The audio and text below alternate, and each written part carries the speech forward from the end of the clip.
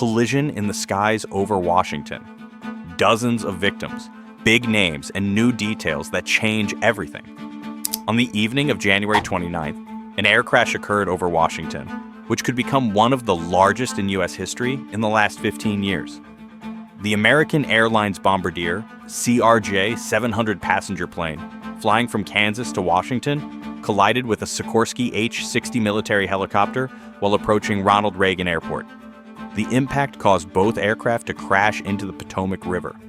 There were 60 passengers and 4 crew members on board the plane, and 3 military personnel in the helicopter. Rescue services arrived at the scene of the tragedy immediately after the disaster, but due to difficult conditions, divers were unable to begin search operations until dawn. Only on the morning of January 30th did the extraction of the bodies of the victims begin. In the first hours, rescuers recovered 18 bodies, among which, according to preliminary data, were the 1994 World Figure Skating champions Evgenia Shishkova and Vadim Naumov, as well as former Soviet figure skater Inna Volyanskaya, who had worked as a coach in Virginia in recent years. As the rescue efforts continued, the remains of the victims and parts of the plane began to wash ashore. Strong currents carried the debris, complicating the search.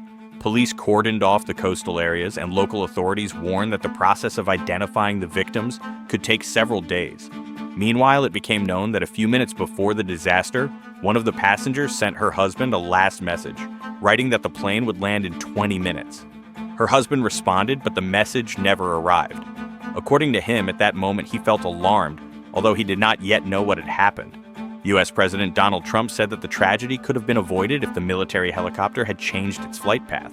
The International Skating Union, ISU, expressed condolences and said it would support the families of the victims. At the same time, the Russian Figure Skating Federation chose to refrain from commenting, emphasizing that the deceased athletes have not been associated with Russian sports for a long time. Elisa Efimova and Misha Mitrofanov, who competed for the U.S. team, were also named among the possible passengers.